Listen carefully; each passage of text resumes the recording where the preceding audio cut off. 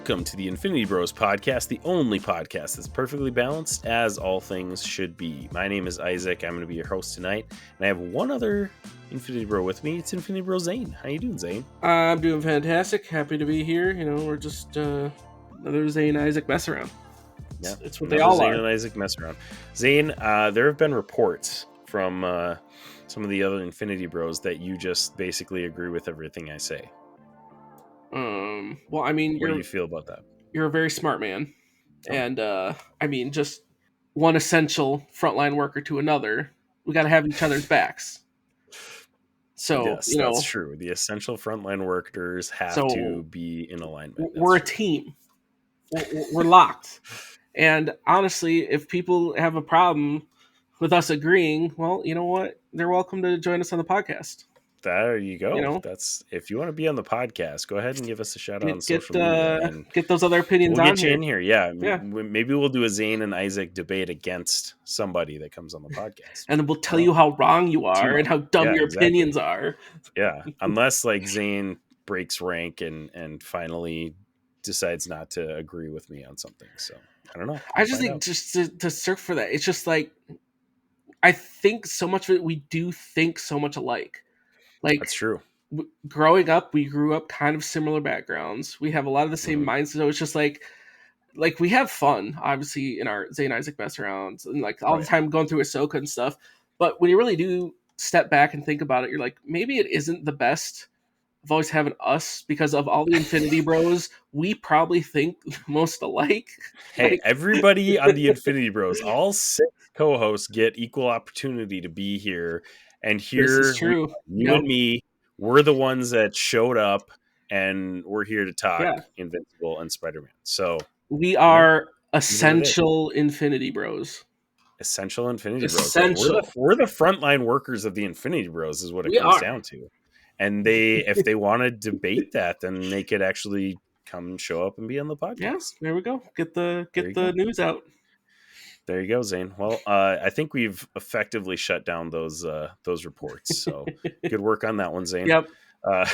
Anytime. Well, any new listeners, welcome to the Infinity Bros. We're a group of 6 guys who have a podcast about pop culture, mostly Marvel, a lot of Star Wars. Zayne and I talked Ahsoka, like we mentioned before. You can find all of our Ahsoka episode recaps and season recap and the previous episodes of the Infinity Bros podcast. Make sure you check those out. And you can follow us on Facebook, Instagram, Twitter, TikTok, on theinfinitybros.com.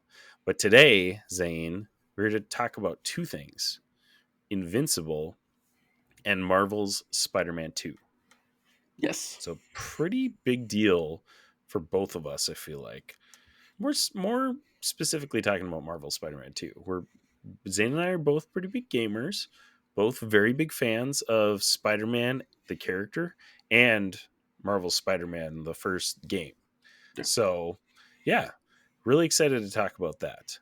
But for you new listeners, I do want to make sure we explain to you guys our rating system. Here on the Infinity Bros podcast, everything is ranked from a 0 to 6 point scale. 0 meaning horrible, and 6 meaning absolutely excellent. If all of the Infinity Bros rank something a 6, it gets an Infinity Step. So there you go. That's how we rate things on the Infinity Bros podcast. We are going to be talking also some spoilers for both Invincible and Marvel's Spider-Man 2. So make sure you guys have seen those or played them before you listen to this episode. If not, go ahead and hit pause or skip to the part of the episode that you want to listen to. Go ahead and do that, and then go play the game or watch the episodes, because the first half of Invincible is out right now on Amazon Prime. So go watch the whole thing, all 4 episodes, then come back to us. So here is your official spoiler warning. This is... Prepare yourself. An Infinity Bros. Prepare yourself. Spoiler. Warning. So the first thing we're going to talk about, Zayne, is Invincible, the Amazon Prime original show on its 2nd season. Part 1 of the 2nd season, the first 4 episodes came out this past month. and unfortunately is taking a break until part 2. Number one, what do you think about that? Because it came out weekly until we hit this break, and then they're not starting again until next year. Why do you think they did that? I don't know. Does it have to do with coming off of the whole writer strike and everything that like people getting overworked? So is it part of Lee like, hey, we want to make sure everyone has plenty of time to do what they're doing? You know, we don't want to rush stuff, but at the same time, you're like, we only got 4 episodes. And not only was it just 4 episodes, like there was already a delay between season 1 and season 2. Yeah, So right. I guess I don't know what the purpose of this delay is, Mm. unless they're trying to like run this together so that like when we get the second half, because I think they already said that too. Then like season 3 is going to be way closer than what season 1 and 2 were. Like it's going to be more of a like on pace. But Right. yeah, I guess I don't fully get the long delay. I'm with you. Yeah, I'm kind of confused about this, and look, I'm not an expert on the film industry and animation industry, so obviously all of this is complete speculation, but like I feel like this wouldn't have anything to do with the writers or the actors strike, because I'm pretty sure they would have had all this stuff written and voice acted by the time those started, right? Like you would think that they would have just been finishing animation. Right. I think I don't know. Again, I'm not sure how the animation industry works, but like I would assume that they would have had those things done. So like why the break? And I did hear some people kind of speculate that like, hey, maybe it's the holidays. Like Right. sometimes these shows kind of get lost in the mix of the holidays, so they're taking a break so they can get like maximum, I mean, that's viewers and ratings and possible stuff too. like Like that. that makes sense. Maybe, I don't know, but like it just seems odd to all of a sudden take a month plus break in the middle of a season. Right. So especially since like and Netflix has started doing it, they like release like part 1 and then like a month later they release part 2, but this was released weekly for 4 weeks. Right. Now they're taking a break, and I'm assuming when they come back, it will be released weekly again for the last 4 episodes of the season. So I don't know. Seems odd, but Right. hey, And especially as too, long as we keep since getting it, then right, like as long as we who cares? keep getting it, I'm fine. But yeah, like they're 20-minute episodes. Like I get like if each episode was like an hour long or something, but you're just like it's just your Right. regular 20-minute episodes. But Mm-hmm. I don't know. I'm not Yeah. behind the scenes. I don't know what other work is. Right. I mean, you know, think maybe the holidays have something to do with it. You know, they want people to have time with families or whatnot, and maybe too, yeah, you don't want stuff to get lost. You know, Christmas season, maybe people aren't as attentive to this stuff, so maybe that's part of it as well. Like they want it to be more of the focus, but I don't Yeah. know. Right. Yeah, maybe. I don't know, man. But anyways, the first 4 episodes are out on Amazon Prime, and they were some bangers. We got some crazy moments in this first half of this season, and to be completely honest, there's a lot of stuff that I was not expecting at all. Number one was we got Omni-Man back in, was it episode 2? Yeah, it was episode 2. At the end of episode 2. And yeah, And I was like, I didn't think we were going to see him till like the very end of this season at all. So I was like, oh shoot, okay, like he's back. right. Here we go. And then continue on. We get the reveal that he has taken a lover with these bug people and sired a son. And Omni-Man's out here calling the son Mark's brother. Right. Oh my gosh, that was a Even wild reveal. even on like face value of that, like I tried to put myself in Mark's shoes on that, and I was like, if my dad beat me to a pulp, because you find out he's actually like trying to, you know, set Earth up to be conquered by another race, beat me to a pulp, fled the planet, and then tricks me to come visit him millions of miles away, and then get there and find out, oh, by the way, this is your stepbrother, so you need to love him too. I feel like Mark's reaction was totally appropriate. I was like, Absolutely. Like excuse me? just beyond pissed and what is even going on right now? Like, as a viewer, I felt that way. So like you said, I can imagine Mark is just like, right. what is happening? Why? And there's actually this moment where the bug people, I don't even know what, do they even have a name? I don't even know if They they have did. a I name, can't remember it. they get killed by the Viltrumites that come to take down Omni-Man and Mark. And he like turns to Mark and he's like, I feel sadness, like pain for these people. And Mark's like, Right? are you kidding Are you me? serious right now? The planet that you lived on for 25 years, you felt nothing for them, but this planet that you've lived on for 6 months, Right. you're feeling feelings for them. Like, as a son slash, like close person in your life, man, that has to be just devastating. That was a crazy moment too. A ton of those crazy moments these last 2 episodes for sure. Well, they definitely packed it in. They were just like, hey, we're going to make sure we send you off with some good stuff before we do this break. Because you're just like, oh my goodness. Yeah. And so I've read some of the comics up until, like, I think I told you earlier, I think I've read almost all the way through season 1, which actually is a lot, like, it's a bigger story in the comics, but they condense it and they do a lot of like time shifting and stuff, but like the story is like spot on from the comics. They do a really great job of adapting it, and part of that probably has to do with Robert Kirkman. Like, he's a creator on the show who wrote the Invincible comics, right. So he's on top of things. He knows how to condense it, and they're doing a fantastic job with that through, I would assume, through this season too. Like, again, I haven't read the comics for this season, which is why this season was like just mind-blowing for me. I was like, what the heck is going on right now? Right. My goodness. So yeah, just a wild season. And I did like that we got in episode 4, we kind of got Nolan's perspective of like what happened. Like, he left Earth and then he kind of just like sulked for, he's got a beard, so it had to have been like a month or something. Yeah, it had right? To like, he just like sat in space for like a month. And so he's got this beard.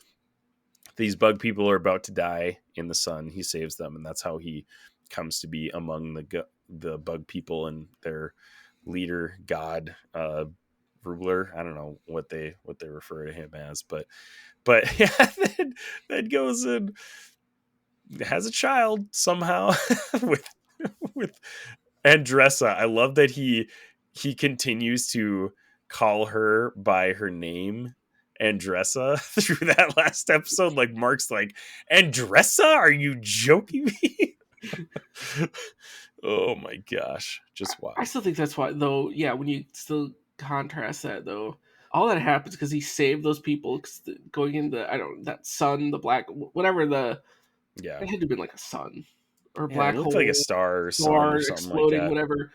But like, when you think about it, you're like, if you just let them people die, the rest of their race would still be alive right now.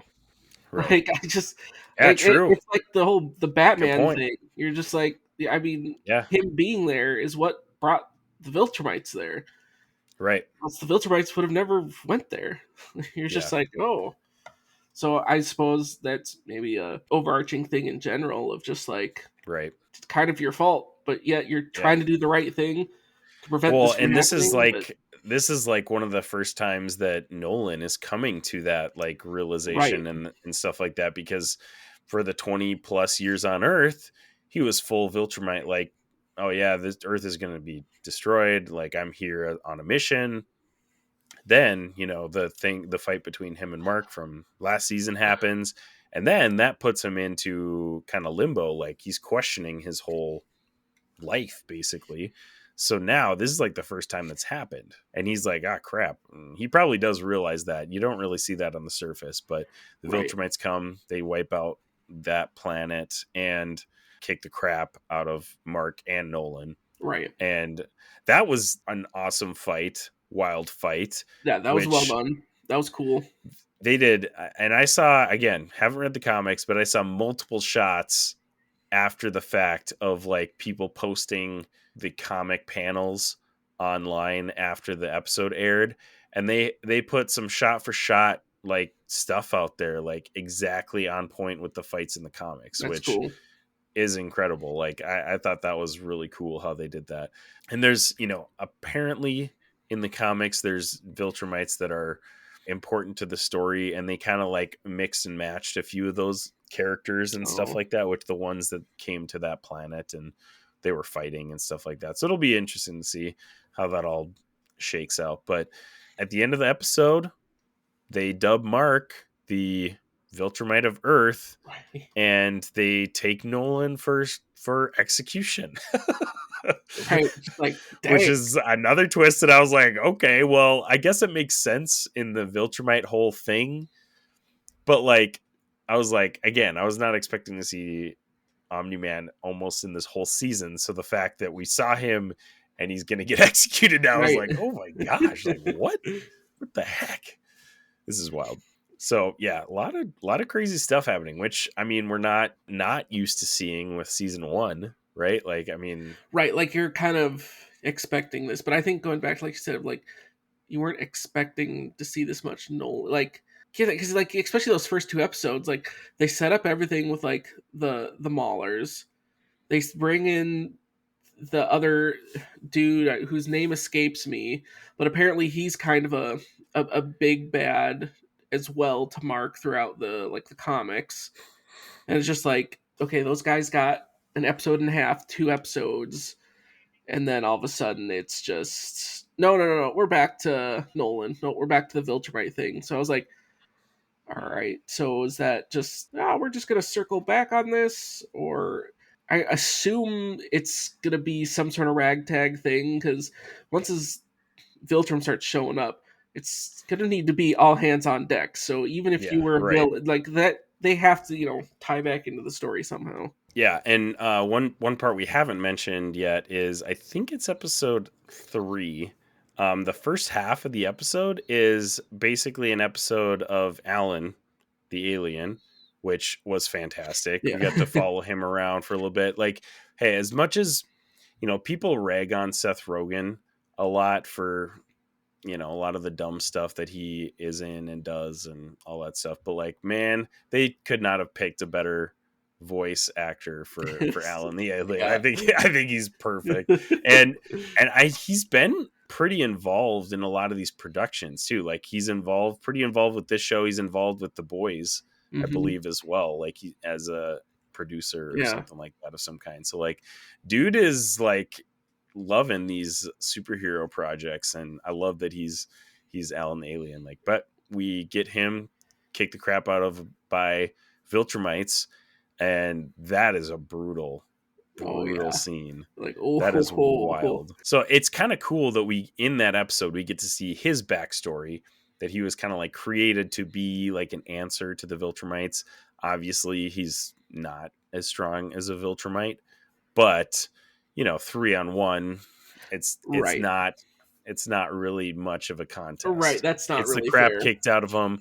But he still doesn't really give away any information. He doesn't really, give in to their demands. They punch a hole in his guts. They punch his face so his eye comes out. And they reveal at the end that he survived. So he's got that, like, super powered alien, like, powers type of thing that's keeping him alive. So he's going to play a part in this down the road. And I think they're, like you said, they're going to need all hands on deck, because Mark's going to go back to Earth. The Viltrumites are going to send somebody to check on him in a couple months or whatever. And he's obviously, like, we've already seen that Mark stood up to his dad. Mark's not going to back down to some other random Viltrumite that he encounters. So it's going to come down to Mark defending Earth from maybe one Viltrumite at first, then however many they keep sending. And like you said, they're going to need all hands on deck. So Alan's going to have to come back, help him out. Nolan's probably going to have to get out and come back and help him out somehow. Right. I don't know how that's going to happen, but something's got to give, because the way Mark gets kicked around by the lady Viltrumite with the, like, you know, hair braid thing with a freaking knife in it. Like, okay, that's metal. I mean, okay. hey, it's probably useful as like a war, you know, society. Any weapons that you could come up with. Right now, I'm just with the kind of the show in general in Mark on the small steps. I want to get to a point to see Mark get in a fight that he doesn't just get the crap beat out of him the entire time. Like, I want him to actually kind of win a fight. Yeah. Or win a fight that he's not just completely just blown smithereens afterwards. Yeah, You're just right? like, that's kind of like the point. That's like the bit, right? That Mark gets the crap kicked out of him. He's invincible. So, like, he can take it. But you saw in that fight where he flips that switch when Nolan's like, they will kill you. Right. Like, you can have all your morals you want. You can, you know, say you're not going to kill anybody, but they will kill you. These if guys you do not. will. Right. Yeah. And even if they're dead, they will still get up and kill you, because like that first guy that he kills wasn't actually comes back. He's like got a big hole in his belly. He's holding his guts in his shirt. He's holding his guts in his shirt and still kicking the crap out of Nolan and Mark. Just like, holy crap. Wild stuff, right? Like, these guys, unless you like decapitate them, they are going to keep fighting. Right. You see that happen in Mark. Like, he flips that switch and he's like, okay, now he can actually stand toe to toe with this Viltrumite and, you know, actually compete instead of just getting the crap kicked out of him. So there's a switch coming eventually here where he's going to start winning fights, especially with people on Earth. I feel like you go toe to toe with a Viltrumite, all these like bad guys on Earth are going to be like small potatoes. Right, exactly. Like, there's the only other people on Earth that could even hope to stand any type of chance in any fight would be Adam and Eve. But like, she's your friend. You're not really gonna have to fight her, hypothetically. Yeah. Exactly. So yeah, it's some very interesting things, wild stuff happening. Just like kind of like are almost conditioned to expect crazy stuff to happen right off the bat in that first season. The first 10 minutes of the show, Omni-Man slaughters the Guardians of the Globe, like, and you're just like, oh dang, what am I in for here? Right.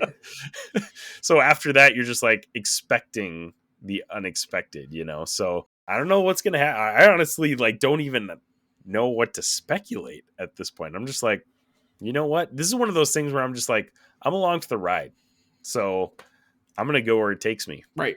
Exactly. Like, and I think that's part of it too. It was just, it's been good. Like, every episode they've come, it's been good. So it's not like, oh man, there's speculation of like, oh, are they gonna, is this not gonna be that great? Or is this like, I'm along for the ride, because so far I have no reason to doubt that the ride won't be good.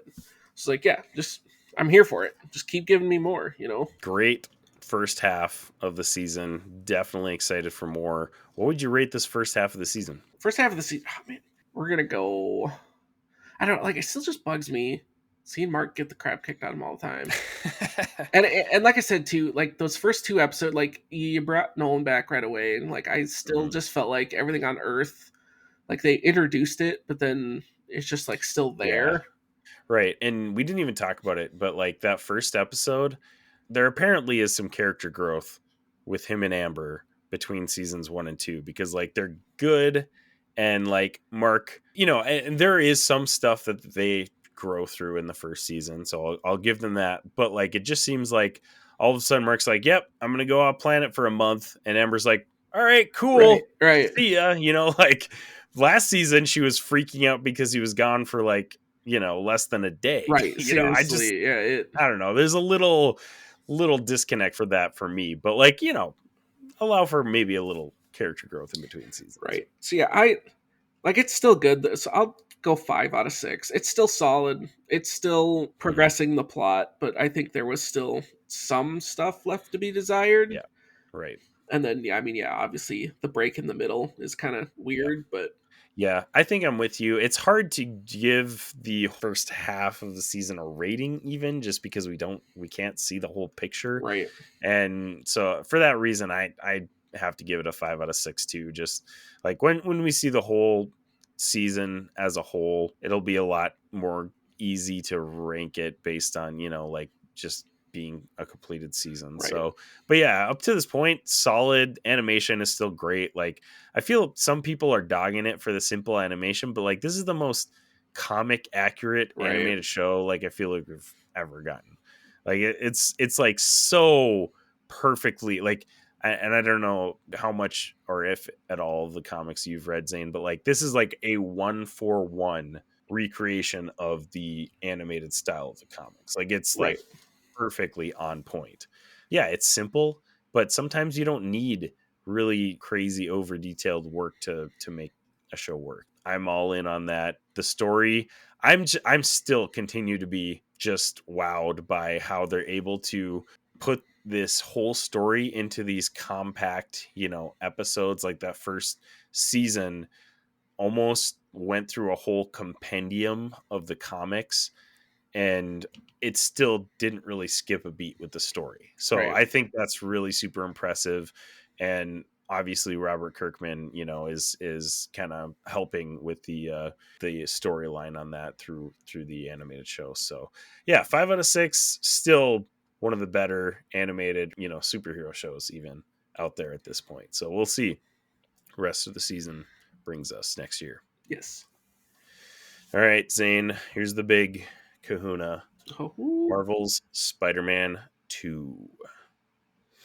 Zane and I have already talked about this quite a bit because we're nerds and we really like this game. So coming into this, Zane, Marvel's Spider-Man, what do you think of the first one? Or I mean, you maybe even talked slightly about Miles Morales as too. What are your thoughts about those two games coming into Marvel's Spider-Man 2? Well, I really enjoyed both those games. Like they um, kind of set up the universe. They've done what they needed to do. They're fun games. So like I coming to Spider-Man 2, I was like, I trust what Insomniac was doing because I knew, what we had with the first one, the Miles Morales. So my hype level was high. So it's like I'm excited to see where they go from here because it's not that they're just pulling straight from a comic or like it's all inspired by that, but like Insomniac's like, hey, we're gonna make our own universe of this and tell our own story. So it's refreshing to see, hey, we're gonna still take these characters and it's close and it honors the original lore, but like we're also going to tell our own version of it, and the version they're telling is still different enough that it's new.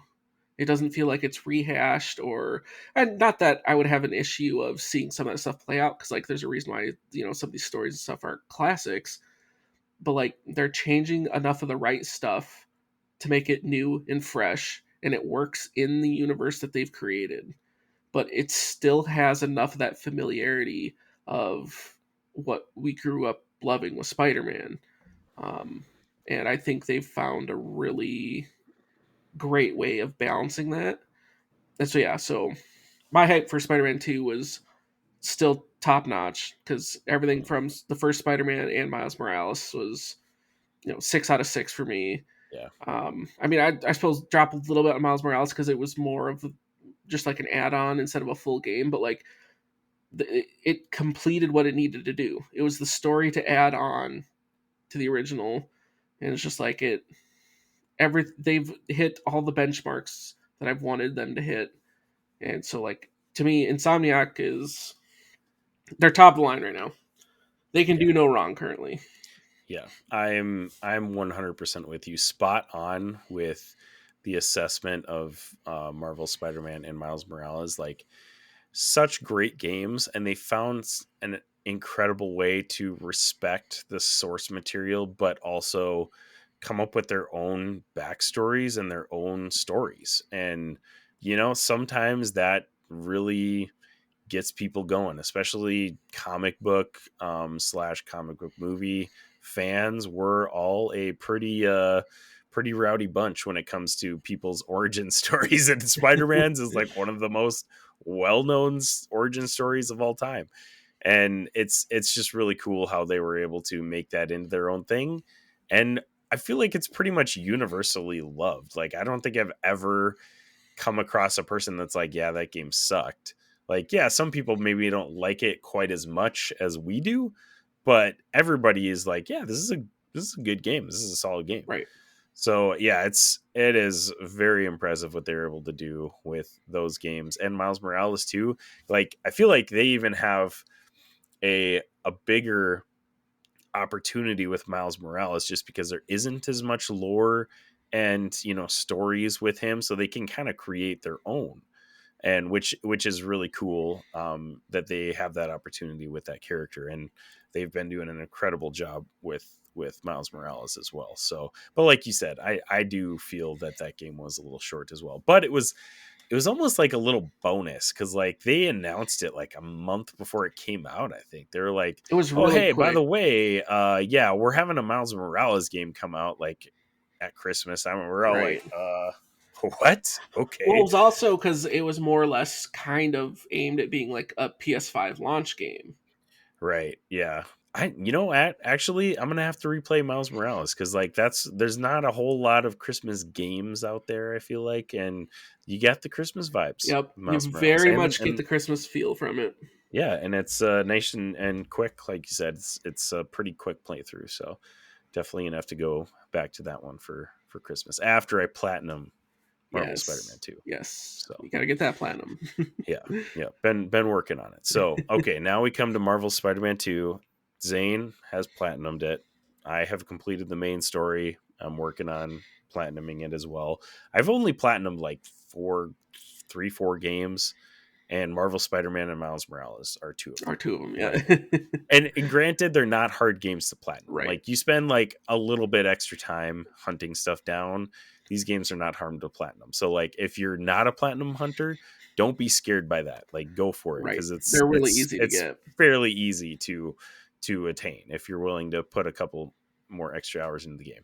And I could fly around the city all freaking day in this game. Oh yeah, easy. It is phenomenal. Okay, so Marvel Spider-Man 2, the big thing that they added with traversal and with travel is the web wings. So, you know, everybody listening to this has probably played this game a little bit at least, but like, you swing up into the air, you whip out those web wings, and you can glide. And man, does it make the travel so much fun.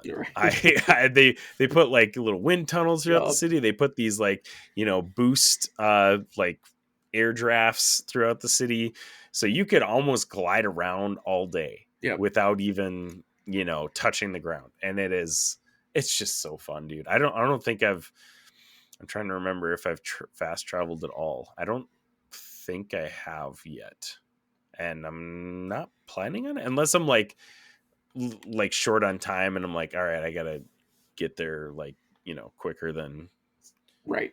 Well, like I did some just because it's you're running around trying to like finish off some of the rest of like the trophies. Right. That's what I'm saying. Like, just tracking down all the extra collectibles. Like stuff. Even on this, what's wild, and part of it is just tested on the PS5, but like the fast travel on this, it's literally like you just hold the button, it loads in your character, it shows on the map of your character moving, and then the screen just cuts there.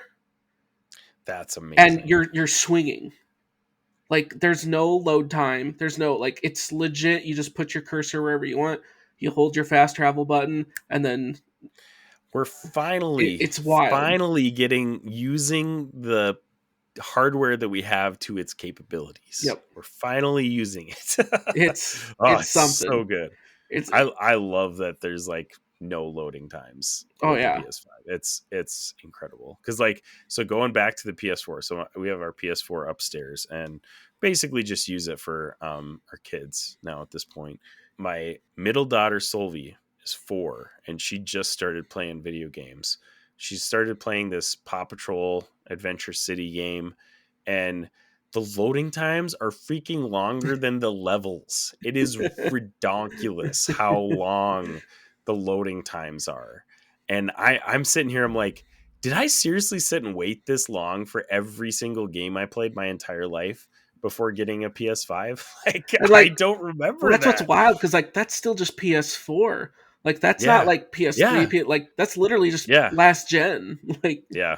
Wild stuff. So anyways, PS5 is, and I'm sure Xbox Series S and X are similar in that capacity. You have a Series X, right?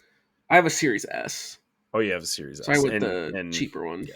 Are the load times like similar on that Yeah, one as it well? it Yeah. functions the same way. You're just like, Yeah. I don't know how I ever stood loading How did we screens live with before. that Right. before? That's wild. Wild to think about. Yeah, the traversal, somehow they made it better because it's not bad in the first game. I barely fast traveled in the first game either. And Miles Morales, like, it's just fun to swing around the city. And, you know, a lot of us have played kind of the older Spider-Man games. Traversal was a challenge in a lot of those Right. games. It wasn't very fun. It was clumsy, clunky, you know, it wasn't the best part of the game. Like I said, I could swing around the city all day and be just fine with Right. that. Like, yeah, do a crime every once in a while, and you know, maybe a hunter's hideout, you know, Right. but swing around for the majority of the time, and I'm a happy gamer. Right. I swing around, glide, and now that you swing around, you can swing around and do tricks as you're swinging Yeah, around. right. You can go up to a top of building. Then with this one, how they added like the launch, not the launch point, but the where you can Yeah, actually put the webs and then just pull yourself back and slingshot you. You're just like, yeah, the slingshot. it's Yeah, so satisfying. it's Like awesome. it's just like Yeah. I just flying around. Side note, also, they added, and I haven't even experimented with it. The only thing I've done with it is there's a trophy that you have. I think it's called like Splat, where you have to do a bunch of tricks and then purposefully not land. And so you literally, like, there's an animation of you falling face Yep. first on the concrete and like bouncing on the concrete. And they actually added fall damage. Like, you can turn fall damage on, which I have not done that, but I'm assuming it's the same animation as that. It's wild. It's Like the fact that they put that in there is so much fun. It's so funny that they put that in there. Just incredible. But yeah, they've done a phenomenal job with the gameplay. Combat is very solid. If you liked it in the first game, it's just as good, if not better, than the first game. The one thing that I was kind of concerned about heading into this is like, hey, like, we're gonna get Miles and Peter. How are they gonna handle that with the combat? Because like Miles and Peter are very different in how they fight. And they did this perfect. Like, they each character has a skill tree, and then they have a skill tree together. And man, they just did all around great job. Well, not only that, but I liked too how, so obviously the gadgets are shared, but then on the special abilities, like the special abilities are different, but they are the same functionality. So like Miles and Peter will both have an area of effect attack, even though they do different things. But it's Right. not like you're having to completely, that, hey, I just got to hit the triangle button. This is so it doesn't matter what character you're using, or hey, this is the one that'll send a bunch of webs out. It'll be a different method or whatever. But it's like it's the same principle of what the attack is, even though each character has their own take on it. And I thought that was really made it easier to use, because you're just like, well, now I'd only have to think of, okay, what's the type of attack, and you're not having to pay attention to who I'm using. It's just, all right, it's the same general kind of attack that I'm doing. And then the fact, but they made it different enough to where like you don't it's individual, feel like right? It's using not just it's the same character. Each character has their own individual take on it, and I thought that was really fun, and it definitely made it more unique. And then especially as you go on and unlock some of the other powers, and then when you start using like the Venomized style powers. Oh, I forgot Miles' upgraded version because his the blue ones. But then basically they have the upgraded version of their powers too, and you're just like, it just was super fun. Yeah, and man, the way that they incorporated those with the story honestly was flawless. Like, I have zero complaints with how the progression went with, like, the powers. Again, we kind of mentioned how they're kind of forming their own story. Both these characters have unique backgrounds, but they come together in this story, and man, it's so stinking good. Like, the fact that there comes a moment where Miles is working with Martin Lee, and that's how he gets his upgraded powers. And then just a little bit further in the story, Peter basically, like, they work together to get Venom out of Peter, and then Peter gains Martin Lee's antimatter powers and becomes anti-venom. And I was like, that was the thing that I was like, where does anti-venom come from? Because it's a very different origin story in the comics, completely different. I was like, where does that even come from? How do they fit that into this game? And it was just so cool how they incorporated Martin Lee's powers to, give them both their enhanced powers. It was just so stinking good. Yeah, and that's what I said too, of the whole point of it took everything we had, from the comics and still paid respect to that, but they're like, hey, we're gonna do our own thing, but it still makes sense. All that Venom stuff's going on. You're just like, oh man, how are you gonna counter Venom? And then using those powers, and then it gets purged, and it literally becomes the anti-Venom suit, and you're just like, this fits. And that moment is such a cool moment in the game. Yeah. It's just one of those things you're like, they did it. Like, you couldn't help but just sit there and you're like, I can't help but just kind of be drawn into this moment. Yeah. Super geeked out when that and it comes out that was going down. And then you're just like, hey, yeah, use your like anti-venom power at this, and you're just like, and then Miles is his upgraded like the Electra, and you're just like, you had that epic feeling. So you're just like, this is what we're here for. Such a great story. And okay, so I'm going to pivot a little bit. We got some great villains in this. And honestly, this is probably what pushes this game over the first one for me, is we get Kraven and Venom, which Venom is my favorite. Like, he's one of my favorite characters ever. He's my favorite. He goes from villain to anti-hero in the comics, and I kind of wanted them to leave that open a little bit, which maybe is my one gripe, I guess, if you could even call it that. But like, man, they handled Kraven and Venom so well. And I feel like Venom has been handled very well in other forms of media as well. But Kraven is a character that has been underappreciated and underpowered in so many different types of media. Like, he basically becomes just a hunter. He's the guy that hunts people and animals and stuff like that. And he's so much more than that. The way that they adapted Kraven's Last Hunt to this storyline was just phenomenal. Wow, they made him so intimidating. Even in the trailer that we got release, it was so cool how they made it like this big hunter guy was like hunting, and then all of a sudden this bigger hunter guy takes down that guy who you thought was Kraven. No, that's Kraven hunting that other guy. That was so cool. Such a great, and it set the perfect tone for this, because honestly, when you're going through the storyline, I had the thought, I don't know about you, Zane, but I had the thought of like, how can we kill this guy? Like, or take him down even, because Spider-Man obviously doesn't kill people, but like, how? Because he literally was laughing at the villains and Spider-Man that he was fighting throughout the whole story, even till he died with Venom. Dude was having a blast fighting Venom. And it was just like, this is terrifying. This guy's just enjoying this whole thing. This dude is a psycho. Just a true psycho. But oh my gosh, they played him so well, and like, he's so intimidating. He's like the perfect representation of what Kraven should be. Like, this is my favorite version of Kraven. Like, probably even more so than the comics, honestly. Like, they played this so perfectly.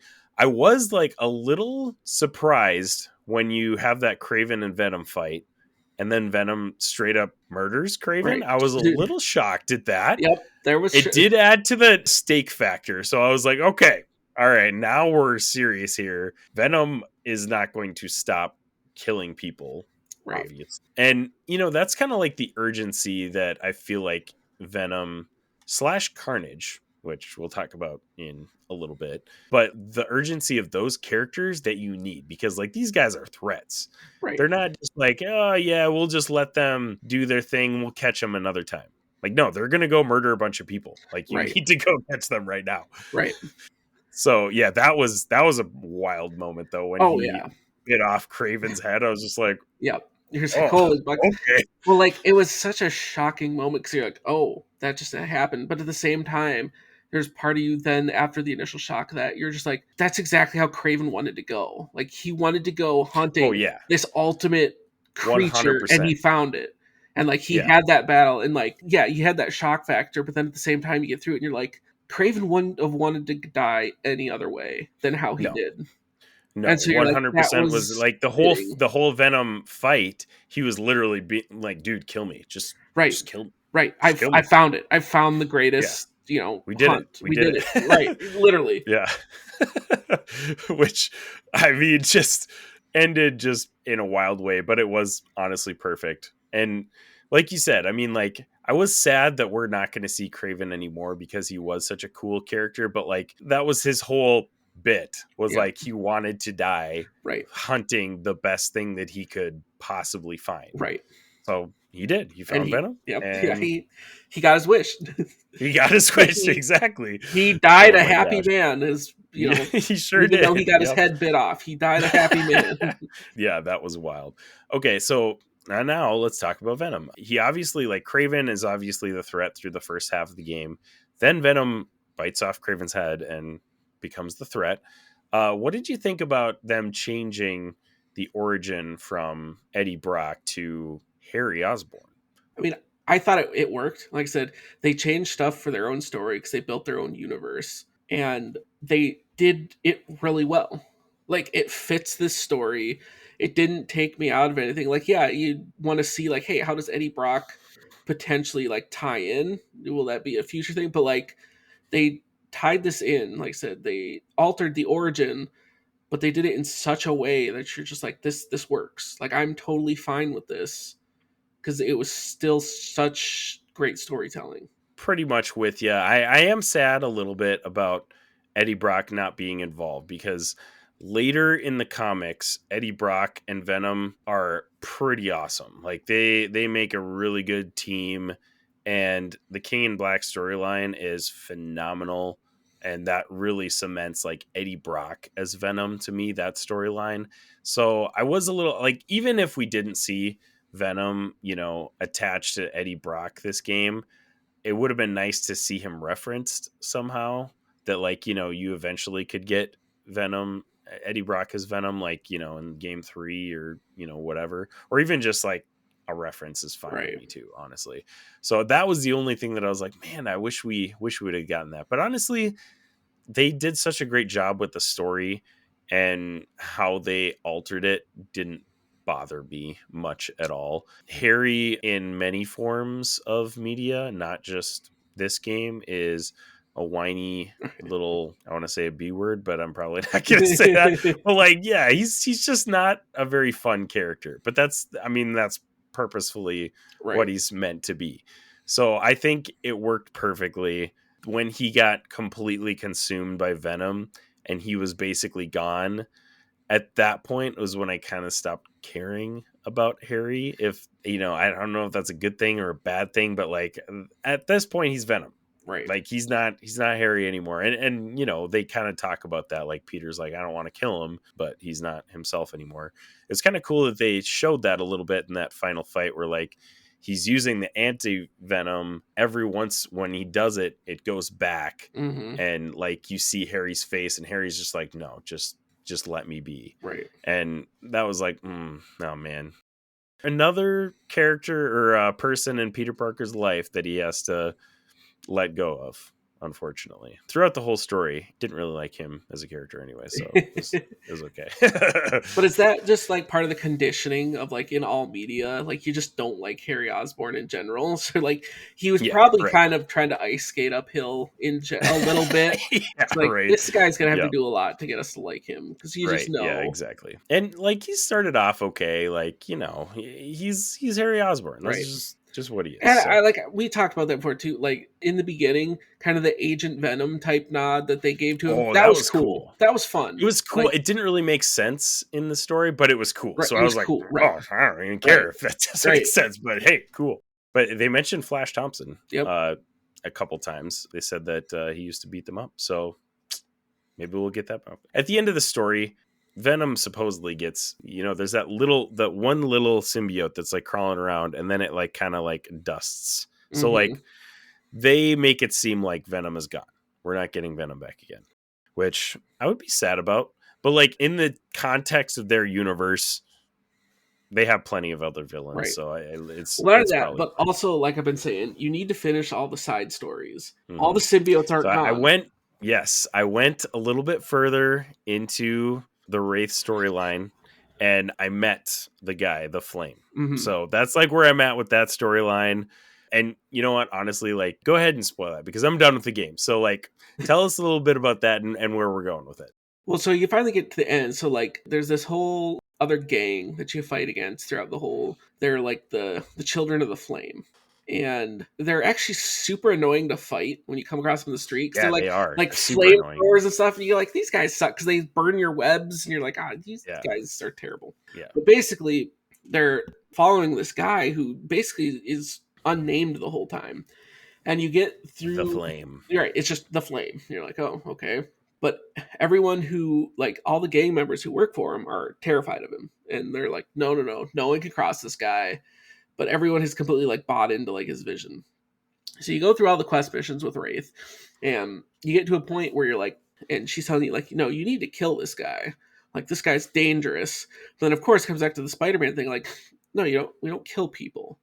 And you actually stop Wraith from killing him, and Wraith actually gets really mad at you because you're like, this is on you because you didn't kill this guy. Like, you aren't doing what you should have done. And it all sets up then finally, there's the final mission with it, and you're at a rail yard. And because you're like, all right, you're trying to figure out his plan, and you find out, like, the plan was they're basically going to blow up this rail yard and basically, like, burn down a huge chunk of the city. So you get there, you stop it, you undo all the bombs. But then next thing you know, there's like a runaway train that got its brakes cut coming through there. And they're like, oh no, we got to figure out how to stop this. So, you have this whole moment of you stop it. But then as Spider-Man, you're laying there, you get caught under this train. And the Flame reveals his actual plan. So that train was coming from Oscorp. And he was anticipating on you stopping and derailing the plane, or that train, not plane, because the train was carrying other symbiotes. Oh. And he goes and grabs a symbiote, and then what you notice is he grabs one, and basically what it turns out to be, the dude has red hair. The Flame's Cletus Cassidy. Did they actually name him at the end, or? I don't remember if they actually say his name or not. But he basically grabs a symbiote, and it's red, and you're like, this is going to be carnage. And he's sitting there as you're trapped under the train, and he just like pours gas on you and, drops the match because he's just going to burn you, and you start catching on fire. And then Wraith comes, puts the fire out, or whatever, and it stops you. But like that whole storyline ends with Cletus Cassidy has one of those containers that have trapped the symbiotes in, because his whole goal was just to get symbiotes, and then he disappears. So you got Cletus Cassidy out there with the symbiote. Let's go. And so that was just a lot, right? And so there, a lot of speculation on that is like, is that going to be a DLC we're going to get? Oh, that would be perfect DLC. Oh, right. Or is that going to set up a third game? Slow down here because, like, okay, so we get the post-credit scene in. Actually, I don't even think it's post. I think it's right before the credits. But Norman goes to Doc Ock in prison or whatever, and he's like, "Hey, who are the Spider-Man? I want to kill them." Yeah. So he's going to become Green Goblin. He's got to be one of the main villains for the next. Well, he's going to be. Well, not only that, because he goes to Doc Ock, but then even Doc Ock was like, "Screw you, I'm not helping you." Because Doc Ock, that was a great part because that was awesome. He absolutely hates Norman. But, yeah. Well, not only that, but then when you get to the end and Harry's in that bed and Norman gets on the phone call and it's like, "Hey, come finish the work on the G serum," and you're like, dude, that's the Goblin serum. Yeah. It's like, so that's got to be, it's happening. It's happening. So that has to be, that's the focus of the third game, Green Goblin. Yeah. It's the most iconic that'll be one of the main villains. But like, I think you have to get like a tandem 2 or 3 main villains in a game like they did with this game. I think that was just like perfect how the main villain was Kraven for so long, and then all of a sudden Venom becomes that main villain threat. So it'll be interesting to see how they handle that with Green Goblin. But yeah, maybe, I mean, it would make sense to have Carnage as DLC with this, just because this was like a symbiote game. Right. That would fit really well with the game. But I want more Carnage than just a DLC. So right, exactly. Personally, I'd love for him to be a part of this next game, but right. But at the same time, like, how would you fit that in? Because like the whole Venom thing Right. was kind of in this one, so Yeah, it seems like it'd fit more as a DLC. Because then obviously, yeah, you're gonna get Green Goblin. Then another rumor that I've heard is like you go, with the G serum, they complete it because that's what Norman's trying to work on is the new cure. Because like for those who haven't played the game, basically the cure that they came up for Harry, like that's how the symbiote like evolved. So they basically used the symbiote, and that's what cured Harry. Yeah. And so now they switched to this G serum. So one of the possible things that some people speculate is that it'll be Green Goblin, and then Harry will be Hobgoblin. Ooh, yeah. Oh man, if we get a Because Goblin, then the game, the third game, because second game was symbiotes, third game would be goblins. Goblins, and that would be also that pretty would be sweet. sick. I'm not gonna lie, that would be pretty awesome. Because then you'd have goblins, and then then the other, it's not as big of the side stories with what you get with the Flame and and I mean, you could go Cassidy, deep though. like, You could go like Hobgoblin. You could go into Demi-Goblin. There's a bunch of Goblin characters. Right, there's a bunch of but another one of the side missions you run through and you get to the end, you also run into Chameleon in this. Ooh, yeah, okay. And I did hear that. Yep. So then Chameleon has actually ties to Kraven in this universe. I don't think it was his brother. I think it was someone who escaped Kraven. I don't remember exactly what the story was, but like it's I don't know if you've unlocked the missions with the ones where we got to follow the drones and like unlock who the drones. I just actually unlocked the main like armory or whatever that I'm supposed to go to, so that's like next on my list. Yeah, so when you get to that armory, basically you get there and you kind of figure out that's what you discover, and that's why those drones were tracking the different people. It's because it was all people Chameleon was pretending to be. Oh man, that's awesome. So, okay, am pumped. And so that's why Kraven had those drones out, because Kraven was also trying to find Chameleon. Mm-hmm. So you also kind of have Chameleon around, so you're like, well, that could also be potential DLC, but that's also someone you could use in another game. Yeah, it'll be really interesting to see what they come out with for the DLC, because like the DLC for the first game was still fun. Like I definitely enjoyed it. And Silver Sable was cool, but like the villains in those DLCs, like the Cyborg Hammerhead, was just like, right. Okay, this is stuff that I really didn't need. But it was more Spider-Man, so obviously I'm gonna exactly enjoy it. Kind of unnecessary. So yeah, I don't know. Carnage would be sweet, but I would like to dive into him more than just DLC. Right, but then that's the part too. It's just like, because if you want to bring him in as a focus, like what if that's how they just continue to weave these stories? Like what if you get Carnage, and then even if it maybe is a DLC, but then you bring him in the third game, right? And then and here we go, like back to this again. Like so there are a bunch of symbiotes in that train or whatever. Very likely that there's probably still some of the Venom symbiote in there as well, right? So like then you could potentially get Eddie Brock, and then you could have him be, or even if you didn't go Eddie Brock yet, go Flash Thompson, get Agent Venom. Right. Well, that's what I mean. Like, sweet. Like there's other options. That's what I mean. Like there's still other symbiote. Like there's still potential there. But also, like if you go the Goblin route, bring in Carnage, and you get the Red Goblin. Oh, like man, combine those stories. Right. That's what I'm saying. Like it would be, have that be the final villain of Spider-Man 3 is some Red Goblin fight. That would be nasty, dude. Oh, I'm already getting giddy thinking about it. Right, that's what I'm saying. I'm like, that would be awesome. And then, I mean, I guess pivoting from the villain part of it, because at the very end of the game, you got that teaser, you find out who Rio Morales is dating. Yes, I forgot about that. Also sets up potential the third game, which again is more rumors and speculation, but basically they're introducing the character of Silk. So you find out that Rio is dating Albert. I don't remember if their last name is Wong. I think it's Moon. That's it. It's Moon. Yeah. So yeah, it's Albert Moon, and then they come over because they're there's a under running thing through the story of oh, Rio wants Miles to meet this man she's been seeing. So they come over for dinner at the very end of the game, and she introduced that to Albert, and Albert's like, hey, this is my daughter, Cindy. You only see the back of it. It's not like a Yeah, full, right. it's just that quick teaser. But Right. then you're just like, oh, well, that's Silk. So now the speculation is like on the third game is like, and you kind of already know that of Peter taking that step back, kind of be, the man in the chair, if you will. Right. The focus, and Insomniac's kind of said that it's Miles' story more now. But now bring in Silk as your sidekick.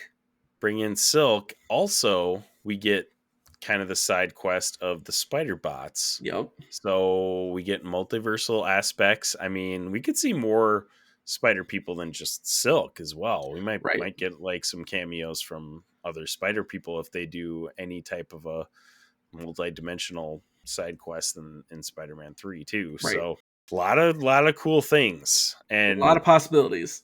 Man, it's so hard to find things about this game that I don't like.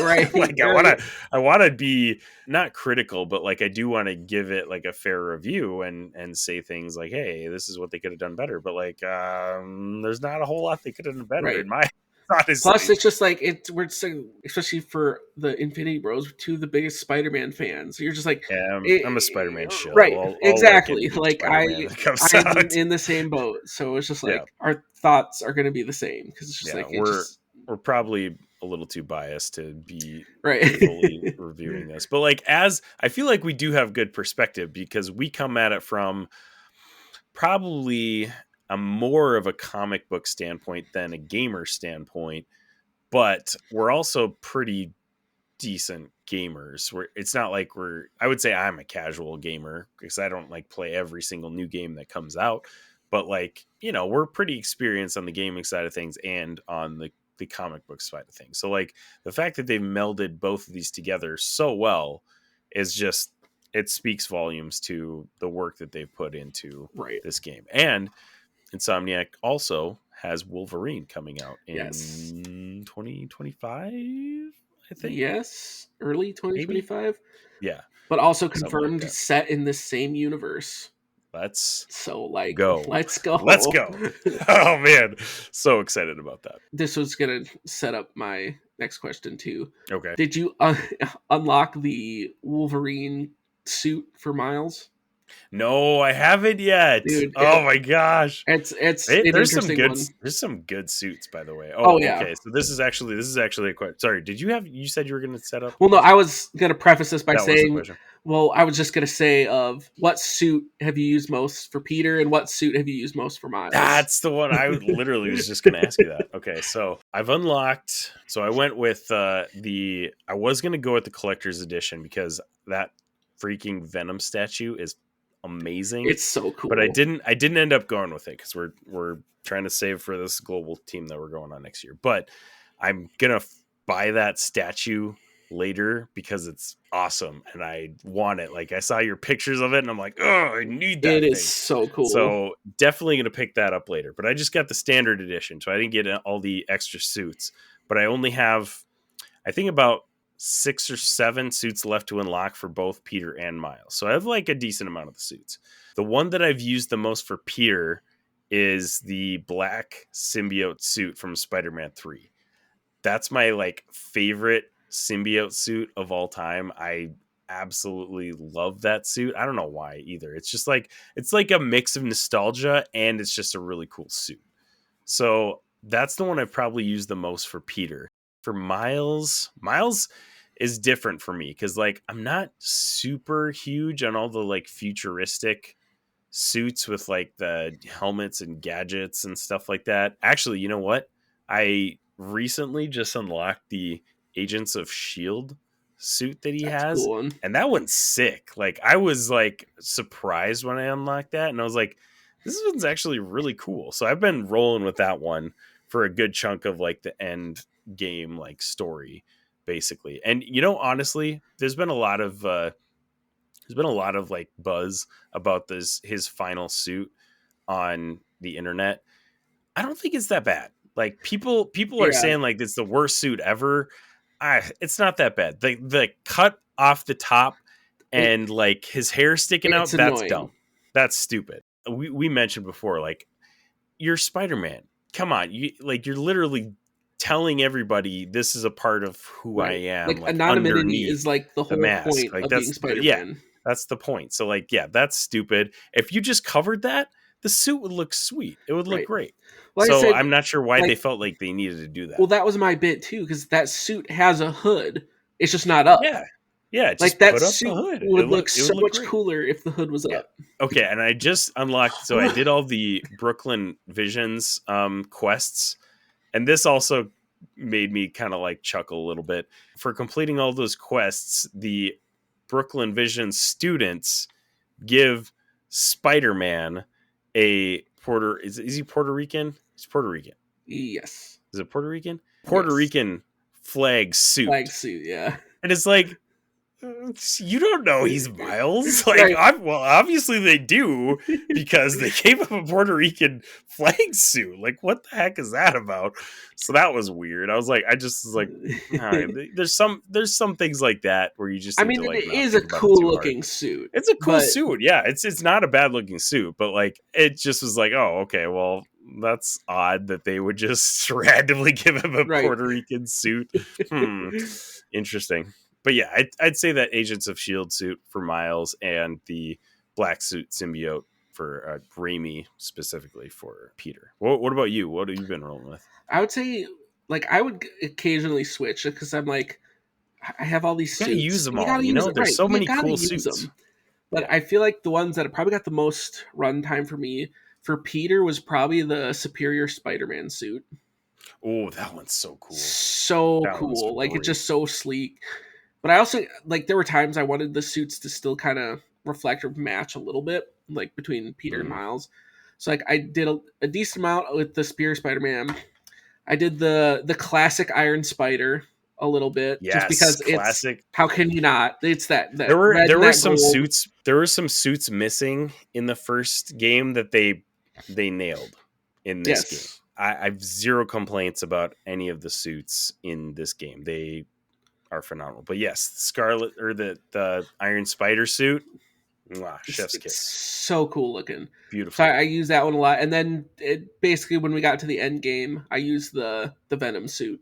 Yeah. Not the rain, like the actual like the smooth black Venom suit that was in the game, because I was just like, that just looks cool. Well, then not only that, but then you get the anti-Venom suit, and I was just like, this just looks too cool. So I ended up sticking that for the end game, and then just rolling with that. Yeah. So, and then the one for Miles, the one I used a lot was, well, there's one of his hooded ones. I don't remember what it's called.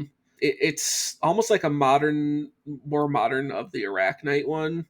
So it has the hood comes up, but then it almost has like glowing like lines isn't it that go down. Web Warrior? Yeah, I think it's Web. It might be Web Warrior.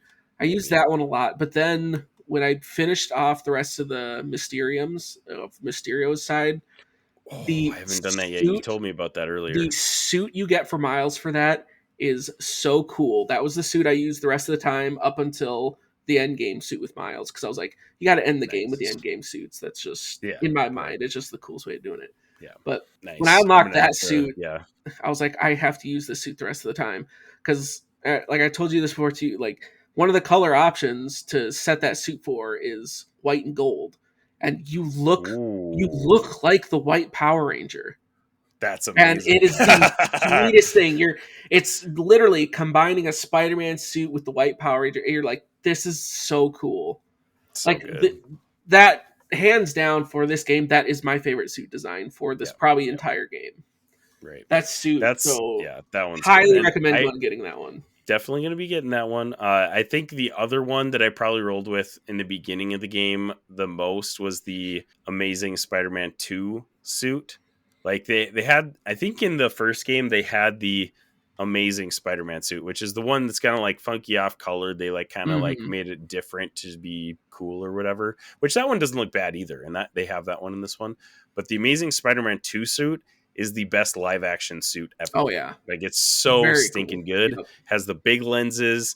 It's perfect. And I rolled with that one for a good chunk of the first part of the game. Yeah. Because it's just so cool. Yeah, for sure. Again, like I said, it's tough to stick on one because there's so many. So I So found many that good too. ones, Just dude. like you flip through, then you play a little bit. I gotta go to another one. You just keep kind of rotating Right. through. You're like, man, this needs to be just like a random locker, like in Fortnite. So it's just like every time you go to like a cutscene, they just put you in another suit. That would be just awesome. Yeah. Oh, that would be really randomly cool. Like, picks your yeah, suit. every time you complete a mission and like comes back and you're in a different suit. Like it's every time it does a character switch, you go to Miles, he's in a different suit. You come back to Peter, he's in a different suit. That would be sweet. That would be kind That of would be cool. so cool. All right, Infinity Bros Universe, tell us on social media which suit you like the best and what you play in the most. So, but yeah, Zane, I think we gotta wrap it up, man. We've been talking about Spider-Man a long time. So we literally started this episode and we were like, oh man, I hope we don't talk till 10 o'clock. And then all of a sudden we're just like, we get going on Spider-Man here. It's 10 o'clock. Yep. What do you know? But yeah, you get Zane and I going on Star Wars or Spider-Man, and we could talk till the cows come home. Yeah, too easy. If we didn't have clocks around, we probably would still be talking going for a while here. So, but thank you, Zane, for joining me. It's been a honor to talk Spider-Man with you. Always a blast to be here. And thank you, listeners, wherever you're listening, however you're listening. Thank you so much for making us a part of your podcast experience. Make sure you check out the Infinity Bros at theinfinitybros.com.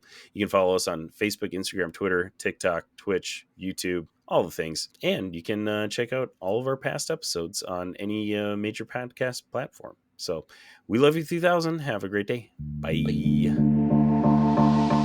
Thanks for tuning in to the Infinity Bros podcast. You can find the Infinity Bros on Facebook, Instagram, Twitter, TikTok, Twitch, and YouTube at the Infinity Bros.